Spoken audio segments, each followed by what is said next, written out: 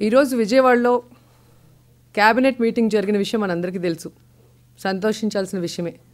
కానీ పక్కనే నాగార్జున యూనివర్సిటీలో రిషితేశ్వరి అనే అమ్మాయి సూసైడ్ చేసుకొని 20 రోజులు అవుతున్నా కూడా కనీసం ఆ ఇష్యూని డిస్కస్ చేయాలి, ఆ కుటుంబానికి న్యాయం చేయాలని సీఎం గారు అనుకోకపోవటం అనేది చాలా బాధాకరమైన విషయం. నిజంగానే చంద్రబాబు నాయుడు గారు ఆ తల్లిదండ్రులను పిలిచి, నేనున్నానమ్మా, మీ అమ్మాయికి అన్యాయం చేసిన వాళ్ళని నేను శిక్షిస్తాను అని చెప్పడానికి ధైర్యం లేక మొహం చాటేశాడు అనే దాంట్లో అబద్ధం లేదు అనేది అందరికీ తెలుసు. ఈరోజు మంత్రి కూడా మేము విద్యార్థి సంఘాలు రిషితేశ్వర్కి న్యాయం చేయాలని పోరాడుతుంటే ఇప్పటికి జ్ఞానోదయం అయ్యి వాళ్ళని హోటల్కి పిలిపించి జరిగింది ఏంటి అని తెలుసుకునే పరిస్థితి.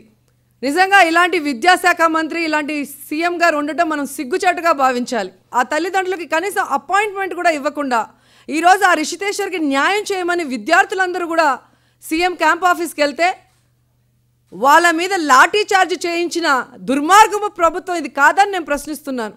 అమ్మాయిలతో తైతక్కలాడతాడు, లెక్చరర్లని హెరాస్ చేస్తాడు, అతను ఉమనైజర్ అని చెప్పి అతని మీద ఎన్ని కంప్లైంట్లు ఉన్నా కూడా ఈరోజు అతన్ని వెనకేసుకొచ్చే ప్రయత్నం తెలుగుదేశం పార్టీ నాయకులు చేస్తున్నారు అంటే వనజాక్షి కేసులాగే దీన్ని కూడా నీరు గార్చే ప్రయత్నం చేస్తున్నారు అనేది స్పష్టమవుతుంది.